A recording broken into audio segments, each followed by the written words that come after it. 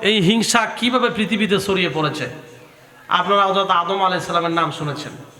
উনি আমাদের আদি পিতা এবং পৃথিবীর সর্বশ্রেষ্ঠ, পৃথিবীর সর্বপ্রথম যে মানুষ তিনি হচ্ছে হযরত আদম আলাইহিস সালাম। তিনার মাধ্যমে মানব জাতিতে ধীরে ধীরে ধীরে ধীরে মানুষ বৃদ্ধি পেতে থাকে। হযরত আদম আলাইহিস সালামের দুই সন্তান ছিল, নাম হাবিল এবং কাবিল। তাদের থেকে হিংসার, পৃথিবীতে সর্বপ্রথম হত্যা কাণ্ড এবং হিংসার সৃষ্টি হয়। হিংসার জন্মটা এখান থেকে শুরু হয় এবং পরবর্তীতে ইবলিসুল মুআল্লিমুল মালাইকা ইবলিস, সেও হিংসার কারণে বিতাড়িত হয়। হিংসাটা কিভাবে আসলো, আমরা যদি প্রথমে ইতিহাস টেনেই আস্তে আস্তে আগাই তাহলে বুঝতে সহজ হবে। হযরত আদম আলাইহিস সালামের দুই পুত্র ছিল, হাবিল এবং কাবিল। হাবিল এবং কাবিল তৎকালীন সময়ে সরই বিধান ছিল জোড়ায় জোড়ায় সন্তান জন্ম নিত। আদম আলাইহিস সালাম এবং মা হাওয়া আলাইহিস সালাম তাদের গর্ভে সন্তান জন্ম নিত, একটা ছেলে একটা মেয়ে, একটা ছেলে একটা মেয়ে। নিয়ম ছিল যে যমজ ছেলে মেয়ে যারা দুজন একসাথে জন্ম নিত তাদের মধ্যে বিবাহ বন্ধন হারাম ছিল। তবে পরবর্তীতে যারা জন্ম নিত তাদের ছেলে এবং তাদের মেয়ে, পরবর্তীর ছেলে আগের মেয়ে আগের ছেলে, পরবর্তীর মেয়ে আগের ছেলে বিয়ে হতো। মানে যারা একসাথে জন্ম নিত তাদের মধ্যে বিবাহ বন্ধন হারাম ছিল। কোনো ক্রমে এই হাবিলের সাথে পড়ে গেছে কাবিলের সাথে যে জন্ম নিয়েছে তার বোন, তার সাথে বিবাহ বন্ধনের নিয়ম পড়ে গেছে। কাবিলের সাথে যে জন্ম নিয়েছে সে দেখতে অনেক সুন্দরী ছিল, আর হাবিলের সাথে যে জন্ম নিয়েছে যে কন্যা, যে মেয়ে, সে দেখতে তো এতটা সুন্দর ছিল না। এখন কাবিল বলল যে ঈশ্বরই বিধান না মেনে আমি তাকে বিয়ে করতে চাই। যাকে হাবিল বিয়ে করতে চায়, কাবিল বলে না তুমি না, আমি তাকে বিয়ে করব। এখন দুজনের মধ্যে দ্বন্দ্ব লেগে গেছে। এখন সমাধান কি? আল্লাহ পাক ওহীর মাধ্যমে জানায় দিলেন যে আমি অবশ্যই তাদের এটা কবুল করব, তবে একটা পদ্ধতি আছে। পদ্ধতিটা কি?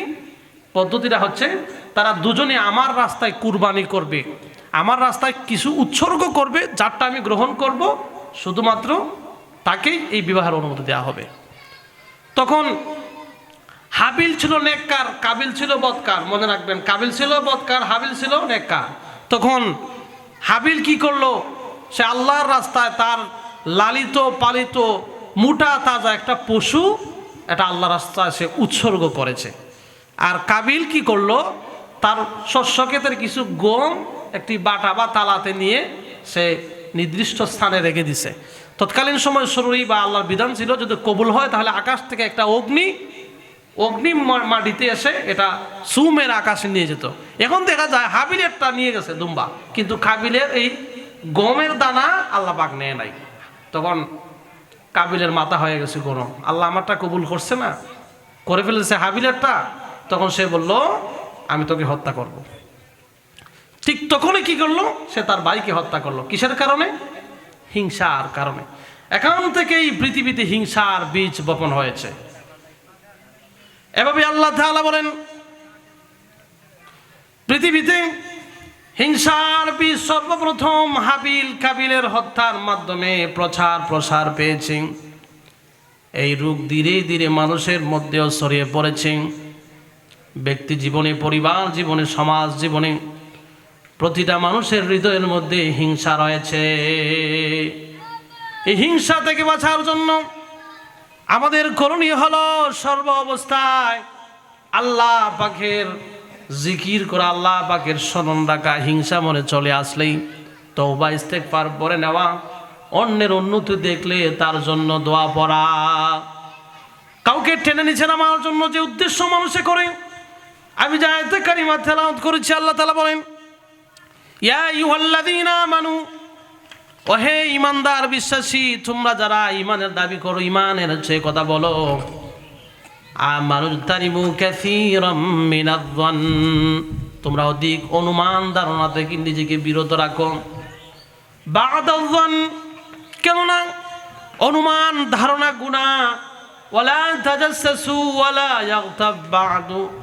ইয়াগতাব বা'দুকুম বা'দা, তোমরা অনুমান করো না, আন্দাজ করো না অন্যের দোষ। ওয়ালা তাজাসসাস, তোমরা খোঁজাখুঁজি করো না, গোয়েন্দাগিরি করো না। ওয়ালা ইয়াগতাব বা'দুকুম বা'দান, কিছু কিছু অনুমান ধারণা কুজাকুজি গুনাহ। আয়াহিব্বু আহাদুকুম, আর যারা এই কাজটি করে তারা কি কখনো ভালোবাসে? আহাদুকুম আইয়াকুলা লাহমা, তারা তাদের মৃত ভাইয়ের গোশত খেতে পছন্দ করে। ফাকারিহতুম, আল্লাহ নিজেই জবাব দিচ্ছেন কখনোই নয়। ওয়াত্তাকুল্লাহ, সুতরাং তোমরা আল্লাহকে ভয় করো। ইন্নাল্লাহা তাওয়াবুর রহিম, আল্লাহ তাআলা তওবা কবুলকারীকে ভালোবাসেন, তাদেরকে পছন্দ করেন। আল্লাহ পাক বলছেন তোমরা অন্যের দোষ কুজাকুজি করো না, গোয়েন্দাগিরি করো না, অন্যের টিনের ঘরের খানা দিয়ে দেখে দেখে আরেকজনের দোষ বর্ণনা করো না, বর্ণনা করে তাদের মধ্যে ফাসাদ সৃষ্টি করো না। মহব্বত ভালোবাসা হবে আল্লাহর জন্য, হিংসা বিদ্বেষ ছাড়তে হবে আল্লাহর জন্য, আবার কারো কারো শত্রুতামি করতে হবে আল্লাহর জন্য। রাসূলুল্লাহ সাল্লাল্লাহু আলাইহি ওয়াসাল্লাম হাদিসে বলেন মান আহাব্বা লিল্লাহ, ভালোবাসা হবে আল্লাহর জন্য, ওয়া আবগাদা লিল্লাহ, আবার কারোর সাথে রাগান্বিত হবে, সম্পর্ক চ্ছেদ করবে, খারাপ করবে আল্লাহর জন্য, ওয়া আতা লিল্লাহ, দান করবে আল্লাহর জন্য, ওয়া মানা লিল্লাহ, আবার দান খয়রাত থেকে বিরত থাকবে আল্লাহর জন্য। ফাকাদ ইস্তাকমালাল ঈমান, আর তারাই তাদের ঈমানকে পরিপূর্ণ করে নিল। ভালোবাসা হবে আল্লাহর জন্য, কারো সাথে শত্রুতামি হবে আল্লাহর জন্য, ব্যক্তিগত স্বার্থে কারো ক্ষতি করা যাবে না, ব্যক্তিগত স্বার্থে কারো সাথে হিংসা করা যাবে না। যদি হিংসা রোগে আক্রান্ত হন অবশ্যই অবশ্যই এই রোগ থেকে আমাদেরকে বেরিয়ে আসতে হবে। রাসূলুল্লাহ সাল্লাল্লাহু আলাইহি ওয়াসাল্লাম সাহাবী, আল্লাহ রাসূলের এক সাহাবী, আনসার সাহাবী, তিনি প্রতিদিন রাসূলুল্লাহর কাছে আসতেন। আর তিনি অন্যান্য সাহাবীদেরকে দেখে বলতো ওই দেখে ওই সাহাবী জান্নাতি। তিনি নাম দেখে এবং নাম মেনশন করেন নাই এবং দেখান নাই, তিনি বলেন আমার দরবারে কিছুক্ষণের মধ্যে একজন সাহাবী এসে হাজির হবে, সে জান্নাতি। এভাবে 3 দিন তিনি এভাবে বলতে লাগলেন। 3 দিনই সাহাবী আসলেন। অন্যান্য সাহাবীরা বুঝতে পারলেন উনি কাকে টার্গেট করে বলেছেন। অতঃপর এক সাহাবী ওই সাহাবীর বাড়িতে চলে গেল, সে জান্নাতি। কি কারণে সে জান্নাতি, তার আমলটা কি খুঁজে খুঁজে বের করতে লাগলো। দেখা গেল সে স্বাভাবিকভাবে চলাফেরা করে, নামাজ পড়ে ফজরের সময় উঠে, কিন্তু তার বিশেষ গুণটা কি? সে দেখতে পেল সে শুধুমাত্র ফজরের নামাজ পড়ে টাইম মতে উঠে, আর কিছু দেখতে পেলেন না। যে সাহাবী তাকে তদারকি করতে লাগলো, প্রশ্ন করলো তোমার মধ্যে কি এমন গুণ যে কারণে রাসূলুল্লাহ তোমাকে জান্নাতি বলেছে? সে বলল আমার মধ্যে এই মাত্র একটি গুণ, আমি কোনো মানুষকে নিয়ে সমালোচনা করি না, আমি কারো প্রতি হিংসা করি না, কারো নিয়ে সমালোচনা করি না, এটাই হচ্ছে আমার বিশেষ গুণ। উনি বলছেন আমি কারোর সাথে হিংসা করি না, কারো সমালোচনা করি না, আমি কারো পিছনে গোয়েন্দাগিরি করি না। কি হবে তাদের পরিণামটা কি হবে? হাদিস শরীফে রাসূলুল্লাহ সাল্লাল্লাহু আলাইহি ওয়াসাল্লাম বলেন, হযরত আনাস রাদিয়াল্লাহু আনহু থেকে বর্ণিত হাদিস, তাহাজ্জাতিল জান্নাতু ওয়ান নার, সেদিন কিয়ামতের ময়দানে জান্নাত আর জাহান্নাম তর্ক বিতর্কে লিপ্ত হয়ে যাবে। যেভাবে মানুষ কথা কাটাকাটি করে ঠিক সেভাবে জান্নাত জাহান্নাম কথা কাটাকাটি লেগে যাবে। ক্বালাতিন নারু উসিরতু বিল মুতাকাব্বিরিনা ওয়াল মুতাজাব্বিরিন, জাহান্নাম বলবে আমাকে কেবল অহংকারী, পরাক্রমশালী, শক্তিশালী লোকদের দ্বারাই আমাকে বড় দেয়া হলো। ওয়াকালাতিন নারু ওয়াকালাতিল জান্নাতু উসিরতু বিল মুতাকাব্বিরিনা ওয়াল মুতাজাব্বিরিন, অপরদিকে জান্নাত বলবে আমার কি হলো যে আমার মধ্যে শুধু আল্লাহ পাক দুর্বল অসহায় গরিবদেরকে বলা ঢুকাচ্ছেন। জান্নাত জাহান্নামের এমন তর্ক বিতর্ক দেখে আল্লাহ পাক নিজে জবাব দিবেন, এই জাহান্নামে কারা বেশি প্রবেশ করবে? রাসূলুল্লাহ বলেন বিল মুতাকাব্বিরিন ওয়াল মুতাজাব্বিরিন, যারা দুনিয়াতে অবৈধভাবে মানুষের উপর ক্ষমতা প্রয়োগ করেছে, দুর্বলকে টাস করে থাপ্পড় মেরে দিয়েছে, দুর্বলের ধন সম্পত্তি অন্যায়ভাবে গ্রাস করেছে, যারা দুর্বলের উপর শক্তি প্রয়োগ করেছে তাদেরকে হেনস্থা করেছে, ওই সমস্ত ব্যক্তিরা সেদিন জাহান্নামে প্রবেশ করবে। আল্লাহ পাক জান্নাত জাহান্নামের বিতর্ক থেকে বলবেন, قال الله تعالى قال الله تبارك وتعالى للجنة, আল্লাহ জান্নাতকে বলবেন, ও জান্নাত, আনতা রহমতি, তুমি হলে আমার রহমত। قال الله تبارك وتعالى للجنة أنت رحمتي, তুমি হলে আমার জান্নাত, আমার রহমত। আমার বান্দাদের মধ্য থেকে যাদের ইচ্ছা আমি তোমার মধ্যে ঢুকিয়ে দেব। وقالت النار إنما أنت عذاب, আর জাহান্নামকে আল্লাহ বলবেন, ও জাহান্নাম, তুমি হচ্ছ আমার জাহান্নাম, আমার বান্দাদের থেকে যাকে খুশি আমি তোমার মধ্যে ঢুকিয়ে দেব। হিংসা এমন একটি রূপ, হিংসার কারণে স্বামী স্ত্রীর সম্পর্ক নষ্ট হয়ে যায়, ভাই ভাইয়ের সম্পর্ক নষ্ট হয়ে যায়, পরিবার পরিবারের সম্পর্ক নষ্ট হয়ে যায়। এই রূপটা যাদের মধ্যে সবচেয়ে বেশি সেটা হলো নারী। নারীদের মধ্যেই সমস্যাটা বেশি। এই জন্য আল্লাহ পাক বিশেষভাবে নারীদেরকে মেনশন করে পবিত্র কোরআনে বলেছেন, ইয়া আইয়ুহাল্লাযীনা আমানু, ও হে বিশ্বাসীগণ, ঈমানদারগণ, লা ইয়াসখার কওমুম মিন কওম, প্রথম বলছেন তোমরা কাউকে তুচ্ছ তাচ্ছিল্য করো না, নিজেকে শ্রেষ্ঠ মনে করো না, নিজেকে অনেক বড় মনে করো না, আর অন্যকে তুচ্ছ তাচ্ছিল্য করো না। আসা ইয়াকুনু খায়রাম মিনহুম, হতে পারে তুমি যাকে তুচ্ছ তাচ্ছিল্য করছো, যাকে নিচু মনে করছো, ছোট মনে করছো, সেই ব্যক্তি আমি আল্লাহর কাছে তোমার চেয়েও শ্রেষ্ঠ। তারপর আল্লাহ বলছেন, ওয়ালা নিসাউম মিন নিসাইন আসা ইয়াকুননা খায়রাম মিনহুন, মহিলাগণদেরকে বলছে, ও মহিলাগণ, তোমরা একজন অন্য থেকে নিজেকে শ্রেষ্ঠ মনে করো না, নিজেকে ভেবো না যে তুমি শ্রেষ্ঠ, অন্যজনকে ভেবো না সে তোমার চেয়ে নিকৃষ্ট। আসা ইয়াকুননা খায়রাম মিনহুন, হতে পারে তুমি যে নারীকে, যে মহিলাকে খারাপ মনে করছো, হিংসার কারণে তাকে তুচ্ছ করছো, এই নারী তোমার চেয়ে আমার কাছে বেশি শ্রেষ্ঠ এবং প্রিয়। এরকম হয় না? আমরা সব সময় নিজেকে শ্রেষ্ঠ মনে করি। এই শ্রেষ্ঠ গুণ মনে করার প্রবণতা কার মধ্যে ছিল?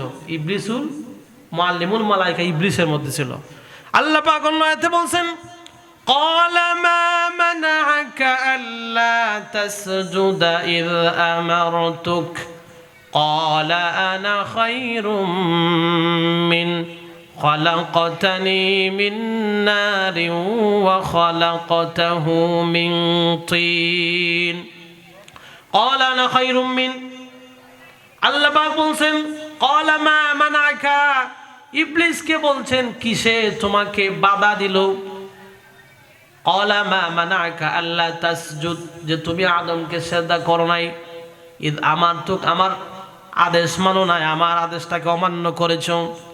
তখন শয়তান ইবলিস বলেছিল, قال أنا خير من, আমি শ্রেষ্ঠ কারণ আমাকে আগুন থেকে সৃষ্টি করা হয়েছে, খলাকতানি মিন নার, আমাকে সৃষ্টি করা হয়েছে আগুন থেকে, খলাকতাহু মিন তিন, আর আদমকে সৃষ্টি করা হয়েছে মাটি থেকে। শয়তান সেদিন যুক্তি দাঁড় করেছিল, আল্লাহ, মাটিতে যখন আগুন লাগানো হয়, আগুন তখন আকাশের দিকে উঠতে থাকে, আর আকাশ থেকে কোনো মাটি যখন ছাড়া হয় তখন সেটা নিচের দিকে যেতে থাকে। সুতরাং আমি হলাম আগুন থেকে সৃষ্টি, আর আদম হলো মাটি থেকে সৃষ্টি। আমি আগুনের তৈরি হয়ে মাটির কদমে সেজদা করতে পারি না। এই তাকাব্বুর, এই অহংকার দেখানোর ফলে আল্লাহ তাআলা তাকে অভিসম্পাত করেছে। সে একদিন নয়, 2 দিন নয়, 9.5 লক্ষ কোটি বছর সে আল্লাহ পাকের ইবাদত বন্দেগী করেছে। শুধুমাত্র একটু অহংকারের কারণে আল্লাহ তাআলা তাকে জান্নাত থেকে বিতাড়িত করে দিয়েছেন। অহংকার করা যাবে না, নিজেকে শ্রেষ্ঠ মনে করা যাবে না। একটু ভেবে দেখেন, আপনি আমি কি থেকে সৃষ্টি হয়েছি? আল্লাহ পাক বলছেন, তোমরা তো এক ফোঁটা নাপাক পানি থেকে সৃষ্টি হয়েছ, যে পানির কোনো মূল্য নাই, একদম পচা গন্ধযুক্ত পানি। এই পানি থেকে আমি তোমাদেরকে সৃষ্টি করেছি। তোমাদের শরীরের ভিতরে যে অংশগুলো আমি দিয়েছি একবার চিন্তা করে দেখো, রক্ত, মাংস, পুঁজ, যদি উপর থেকে আমার দেয়া চামড়াটা সরিয়ে ফেলো, তাহলে তোমার রক্ত, পচা, পুঁজের গন্ধে কেউ তোমার পাশে থাকতে পারবে না। মানুষের অহংকার করার কোনো অধিকার রাখে না। আল্লাহ রাসূলুল্লাহ সাল্লাল্লাহু আলাইহি ওয়াসাল্লাম বলেন, অহংকার হচ্ছে আল্লাহ তাআলার চাদর। আর যে ব্যক্তি অহংকার করে আল্লাহর চাদর নিয়ে টানাটানি করে, আল্লাহ পাক বলেন ওই ব্যক্তিকে কিয়ামতের ময়দানে আমি তার গাড় টান দিয়ে ছিঁড়ে ফেলব। অহংকার হচ্ছে আল্লাহ পাকের চাদর। মানুষ কেন অহংকার করতে পারবে না? আমরা যে বরত্ব বোধ করি, দেখেন আমাদের শরীর আমাদের নিয়ন্ত্রণে নাই। আমরা না চাইতেও অসুস্থ হয়ে যাই, আমাদের পেটে খিদা লাগে, আমাদের মুখ থেকে দুর্গন্ধ বের হয়, আমরা মলমূত্র ত্যাগ করি, প্রস্রাব পায়খানা করি, আমাদের নাক দিয়ে পানি পড়ে, কান দিয়ে পানি পড়ে। এই যে দুর্বলতা, মানবিক দুর্বলতা, আল্লাহ পাকের মধ্যে এই ধরনের কোনো দুর্বলতা নাই। মানুষ কিসের জন্য অহংকার করবে? সামান্য অসুস্থ হলে নিজে নিজে চলতে পারে না, মানুষ অহংকার করার কোনো ক্ষমতা রাখে না।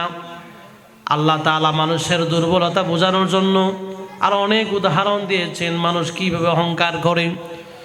অন্য আয়াতে আল্লাহ তাআলা বলেন, ওয়াকানাল ইনসানু দাঈফা, মানুষকে আমি সৃষ্টি করেছি শুধু দাঈফ না, দাঈফা একেবারে দুর্বল করে সৃষ্টি করেছি। মানুষ এত দুর্বল, আমি অন্যান্য প্রাণীদেরকে এত দুর্বল করে সৃষ্টি করি নাই। জমিনে আমি বহু গরু সৃষ্টি করেছি, বহু বাঘ সৃষ্টি করেছি, বহু প্রাণী সৃষ্টি করেছি। এই সমস্ত প্রাণীর দিকে যদি তোমরা তাকায় দেখো, দেখবে একটা গরুর বাচ্চা যখন জন্ম নেওয়ার পর থেকে সে দৌড়াতে পারে, খেতে পারে। একটা বাঘের গর্ভ থেকে যখন সন্তান জন্ম নেয়, এই বাঘের সন্তানটা ঘন্টা খানেক পর সে মাটিতে দৌড়াতে পারে, নিজে নিজে চলতে পারে। পৃথিবীর যত প্রাণী আছে, সাধারণ যে মুরগির বাচ্চাদের ডিম থেকে ফুটে, ডিম থেকে ফুটার পর সে মাটিতে দৌড়ায়, নিজে নিজে খেতে পারে। অথচ মানুষ, আল্লাহ তাআলা আমাদেরকে সৃষ্টি করেছেন এতটা দুর্বল করে। মা বাবার গর্ভ থেকে জন্ম নেওয়ার পর মাস বছর এভাবে চলতে থাকে, নিজে খাবার খাইতে পারি না, নিজের মাকেও চিনে না, বাবাকেও চিনে না, খাবার খাওয়ার শক্তিও আমাদের নাই। এমনকি 1 থেকে 15 বছর পর্যন্ত মা বাবার সহযোগিতা ছাড়া আমরা চলতে পারি না, ঠিক না? আমরা মা বাবার সহযোগিতা ছাড়া চলতে পারি? যখন শিশুকালে মার গর্ভ থেকে জন্ম নিয়েছি, তখন আমরা কত দুর্বল, খাবারটাও তো নিজে খাইতে পারি না, অন্য খাবার দিলে কে কে কে কে আমরা বড় হয়েছি। এই মানুষ অহংকার করে। এই মানুষের এই অহংকার করার কোনো অধিকার আছে? এই মানুষের অহংকার করার কোনো অধিকার নাই।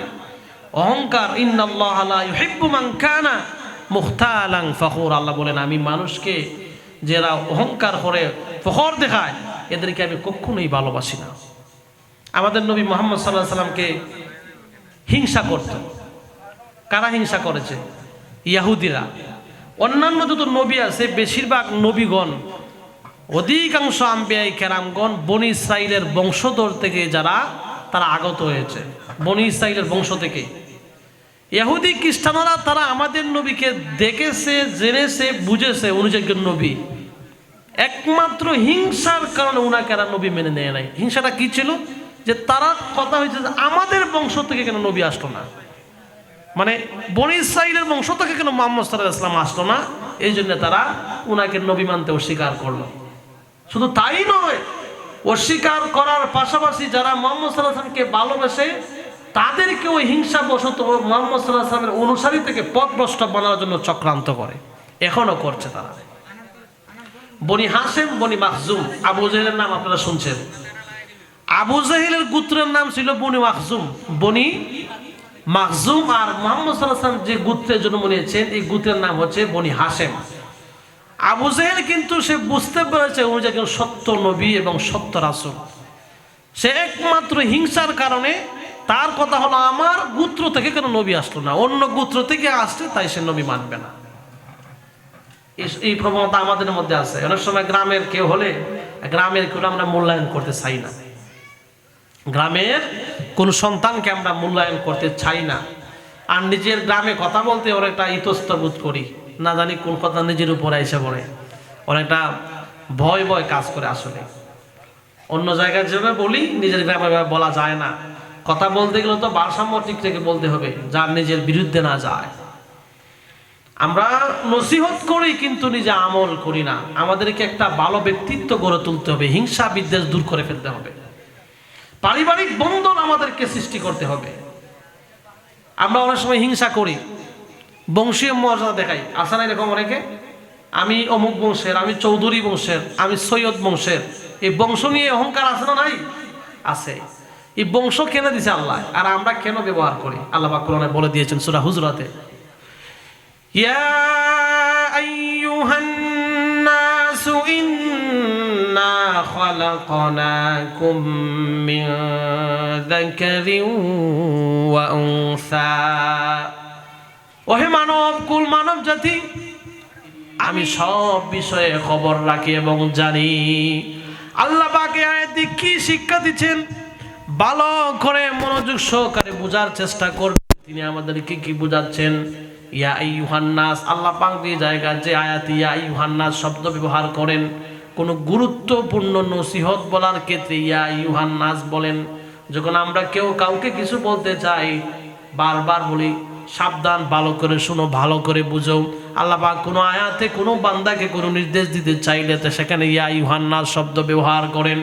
ইয়া আইয়ুহান নাস বলে আল্লাহ বলেছেন, ইয়া আইয়ুহান নাস ইন্না খালাকনাকুম, হে মানব জাতি, আমি তোমাদেরকে সৃষ্টি করেছি মিন যাকারি ওয়া উনসা, এক নারী এক পুরুষ থেকে। এটার মানে হলো তোমরা বলে গেলে চলবে না, তোমাদের মূল, তোমাদের বংশ, তোমাদের গোত্র, তোমাদের জাত একটাই, সেটা হচ্ছে আদম হাওয়া।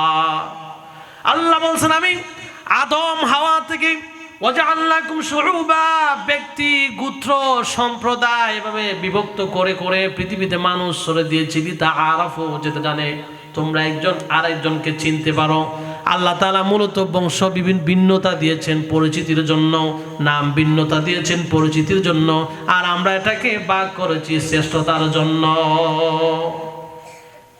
উদাহরণস্বরূপ বলা যায়, একই ব্যক্তির নাম যদি একরকম হয়, একজনের নাম আব্দুল্লাহ আর একজনের নাম যদি আব্দুল্লাহ হয়, পেশ আছে না নাই? আপনারা এখানে যারা বসে আছেন সবার নাম কি এক? এক একজনের নাম এক একটা আল্লাহ কেন দিয়েছেন? পরিচিতির জন্য, যেন আপনাকে খুব সহজেই শনাক্ত করা যায়, আপনাকে চেনা যায়। একজনের নাম আব্দুল্লাহ, আর একজনের নাম আব্দুর রহমান, আর একজনের নাম আব্দুল জব্বার, এরকম নয়। এর মানে এই নয় নামের দ্বারা আল্লাহ কাউকে শ্রেষ্ঠ বানান নাই, কর্মের দ্বারা শ্রেষ্ঠ বানাবেন। এখন কেউ আছে সৈয়দ বংশের, কেউ আছে খান বংশের, কেউ আছে চৌধুরী বংশের। তার মানে এই নয় খান থেকে চৌধুরী শ্রেষ্ঠ, চৌধুরী থেকে সৈয়দ শ্রেষ্ঠ। শ্রেষ্ঠ বলতে কেউ এখানে শ্রেষ্ঠ নয়। আল্লাহ পাক বংশীয় ভিন্নতা দিয়েছেন, গোত্রীয় ভিন্নতা দিয়েছেন পরিচিতির জন্য। পৃথিবীতে বহু দেশ আছে, সব দেশের নাম যদি বাংলাদেশ হয়ে যায়, চিনতে বেজার আছে না নাই? বেজার লেগে যাবে, কোনটা বাংলাদেশ কোনটা ইন্ডিয়া চেনা যাবে না। এই জন্য এক একটা দেশের এক একটা নাম দেয়া হয়েছে। আল্লাহ পাক আমাদেরকে বিভিন্ন জাতি, ব্যক্তি, গোত্র দিয়ে বিভক্ত করেছেন আমাদেরকে চেনার জন্য। এটা গৌরবের জন্য নয়, বংশ নিয়ে গৌরব করার জন্য নয়, নাম নিয়ে গৌরব করার জন্য নয়। আমরা এগুলো করি না, বংশ নিয়ে গৌরব করি। আমি অমুক বংশের লোক, আমি সৈয়দ বংশের লোক, কেউ আমি চৌধুরী বংশের লোক। এই বংশ শ্রেষ্ঠত্ব আল্লাহর কাছে কিচ্ছুই নয়। ইন্না আকরামাকুম, আল্লাহ বলেন নিশ্চয়ই তারা আমার কাছে সম্মানিত। এই বংশ, ব্যক্তির নাম আমার কাছে কোনো কিছুই নয়। ইনদাল্লাহি আতকাকুম, যারা তাকওয়া অবলম্বন করবে তারাই শ্রেষ্ঠ। যারাই তাকওয়া অবলম্বন করবে তারাই আমার কাছে শ্রেষ্ঠ। এখন দেখা যায় আমরা ব্যক্তি বংশ মর্যাদা বিভক্ত করি, এই বংশীয় বাগ দিয়ে বিভক্ত করি, সে অমুক বংশের, সে অমুক বংশের। এগুলা কোনো গর্বের বিষয় নয়। আল্লাহ কাউকে ধন দিয়েছেন, কাউকে দেন নাই, কাউকে গরিব বানিয়েছেন, কাউকে ধনী বানিয়েছেন। এগুলো একটা পরীক্ষা, এগুলো একটা পরীক্ষা মাত্র। দুনিয়ার জীবন একটা তুচ্ছ নগণ্য, দেখতে দেখতেই জীবনটা চলে যাচ্ছে। মানুষের সাথে সম্পর্ক গড়ার জন্য আমাদেরকে আগে সচ্চরিত্র গঠন করতে হবে। আমি কিছুক্ষণ কয়েকটি কথা বলে শেষ করে নিচ্ছি। সচ্চরিত্র একটি গুরুত্বপূর্ণ। আমরা হিংসা বিদ্বেষে যদি আমরা চরিত্র গঠনে লেগে যাই, ওয়াং তাসিলা মান কাতাআকা। রাসূল সাল্লাল্লাহু আলাইহি ওয়াসাল্লাম বলেছেন, যে তোমার সাথে সম্পর্ক ভাঙতে চায় তুমি তার সাথে সম্পর্ক গড়ো। ওয়াং তাসিলা মান কাতাআকা ওয়া তু'ফু আম্মান হারামাকা, যে তোমার সাথে সম্পর্ক ভাঙতে চায় তুমি সম্পর্ক গড়ো, যে তোমাকে বঞ্চিত করে তুমি তাকে দাও, যে তোমাকে ত্যাগ করে তুমি তার সাথে সম্পর্ক গড়ো। আমরা সম্পর্ক ভাঙা নিয়ে ব্যস্ত সবাই। সম্পর্ক ভাঙা যাবে না, মানুষের সাথে সম্পর্ক গড়তে হবে। সম্পর্ক গড়ার মাধ্যমেই আমরা শ্রেষ্ঠত্ব লাভ করতে পারি। এক সাহাবী এসে বলছে রাসূল সাল্লাল্লাহু আলাইহি ওয়াসাল্লামকে যে আমি অমুক এক মহিলাকে দেখছি, সে দিনে সারাদিন রোজা রাখে আর সারা রাত নামাজ পড়ে, কিন্তু সে লোকদের সাথে ব্যবহার খারাপ করে, কথায়ও কাজে মানুষকে কষ্ট দেয়। রাসূল সাল্লাল্লাহু আলাইহি ওয়াসাল্লাম বলেন সে পাপিষ্ঠ, সে জাহান্নামী। আমাদের মধ্যে এই সমস্যা, আমরা কি করি, মানে সারাদিন দেখা যায় রোজাও রাখতেছি নামাজও পড়তেছি কিন্তু আরেকজনের গীবত করতেছি। এই গীবত মারাত্মক সমস্যা। আল গীবাতু আসাদ্দু মিনাজ জিনা। রাসূল সাল্লাল্লাহু আলাইহি ওয়াসাল্লাম বলেন গীবত জিনার চেয়ে জঘন্য। গীবত করা যাবে না। এই যে হিংসা, বিদ্বেষ, গীবত আর একটা হচ্ছে চুগলখড়ি, এগুলো আমাদের সমাজে বেশি হওয়ার কারণে সামাজিক বন্ধন নষ্ট হয়ে যাচ্ছে, পারিবারিক বন্ধন নষ্ট হয়ে যাচ্ছে। বুহতান, কেউ কেউ আছে দেখবেন, গীবত আর বুহতানের পার্থক্য যদি আমি আপনাদেরকে বলি তা সহজ হয়ে যাবে। ধরেন একজন ব্যক্তি একটি অপরাধ করেছে আর এই অপরাধ আপনি অন্যের কাছে বর্ণনা দিচ্ছেন, এই বর্ণনার নাম হচ্ছে গীবত। আর আরেকজন মানুষ অপরাধ করে নাই, হুদায় আপনি তার নামে আলোচনা করছেন, এটাকে বলে বুহতান, অপবাদ। আমরা অনেক সময় দোষ করলেও যে ব্যক্তি দোষ করেছে তার দোষ তার কাছে না বলে অন্যের কাছে বলাটাই হচ্ছে গীবত। আমরা এই গীবত প্রতিনিয়ত চর্চা করছি, আর এই গীবত পরস্পর সম্পর্ক বিচ্ছিন্ন করে দিচ্ছে, পরস্পর সম্পর্ক কেটে দিচ্ছে। সম্পর্ক গড়তে হবে, চরিত্র ঠিক করতে হবে। রাসূল সাল্লাল্লাহু আলাইহি ওয়াসাল্লাম আল্লাহ পাক বহু আয়াতে খালি চরিত্র ঠিক করার কথা বলছেন। সেদিন ইয়াউমা লা ইয়ানফাউ মালু ওয়ালা বানুন, আল্লাহ বলছেন ইয়াউমা লা ইয়ানফাউ মালু ওয়ালা বানুন, সেদিন তোমাদের সন্তান সন্ততি মাল কোনো কিছুই কাজে আসবে না। ইল্লা মান আতাল্লাহা বিকলবিন সালিম, সেদিন তোমাদের কাছে কাজে আসবে পবিত্র আত্মা। আল্লাহ পাক বলেন কিয়ামতের ময়দানে যত ভালো আমল করো, সন্তান সন্ততি যা কিছু রেখে আসো না কেন, অধিকাংশ পবিত্র আত্মার লোকেরাই পার পেয়ে যাবে। পবিত্র আত্মাটা কি? আপনি জীবনে আমল কম করেছেন, ভালো কাজ কম করেছেন, সন্তান সন্ততি কম, দান খয়রাত কম করেছেন, কিন্তু জীবনে কথা ও কাজের দ্বারা মানুষকে কষ্ট দেন নাই। অন্য আয়াতে আল্লাহ বলেন আল্লাযীনা ইউনফিকুনা ফিস সাররাই ওয়াদ দাররাই ওয়াল কাযিমিনাল গায়ব, নিশ্চয়ই যারা দান করে সচ্ছল অসচ্ছল অসর্ব অবস্থায়, দরিদ্র আছেন 10 টাকা দান করেন, টাকা বেশি আছে 1000 টাকা দান করেন, ওয়াল কাযিমিনাল গায়ব, আর যারা ক্রোধের সময় রাগের সময় নিজেকে সংবরণ করে নেই, আপনাকে একটা থাপ্পড় মেরেছে, আপনি আরো 3টা থাপ্পড় দেওয়ার ক্ষমতা রাখা সত্ত্বেও নিজেকে ধৈর্য ধরে নিয়েছেন, এটাকে বলে সচ্চরিত্র, ধৈর্যশীল ব্যক্তি। ওয়াল আফিনা আনিন নাস, আর যারা মানুষকে মাফ করে দেয়, ক্ষমা করে দেয়। আল্লাহু ইউহিব্বুল মুহসিনিন, ওই সমস্ত মানুষকে আমি আল্লাহ ভালোবাসি। যারা নিজের রাগকে সংবরণ করতে পারে, ধৈর্য ধরতে পারে, আল্লাহ পাক ওই সমস্ত মানুষকে মাফ করে দেন। এজন্য আমাদেরকে ধৈর্য অর্জন করতে হবে, মানুষের সাথে ভালো ব্যবহার করতে হবে। আমি যা একটা বলেছি এটা করে শেষ করে নিচ্ছি।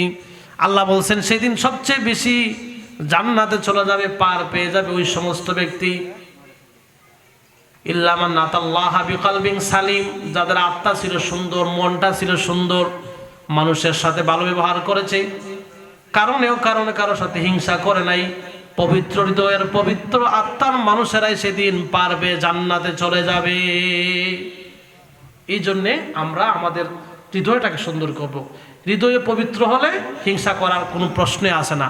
আমরা সবসময় মানুষের সাথে সুন্দর ব্যবহার করব আর ভালোভাবে চলাফেরার চেষ্টা করব। আমার বক্তব্য এখানে শেষ করছি। আলহামদুলিল্লাহ রাব্বিল আলামিন। আলহামদুলিল্লাহ, অত্যন্ত চমৎকার কণ্ঠে বিষয়ের উপরে আলোচনা করেছিলেন।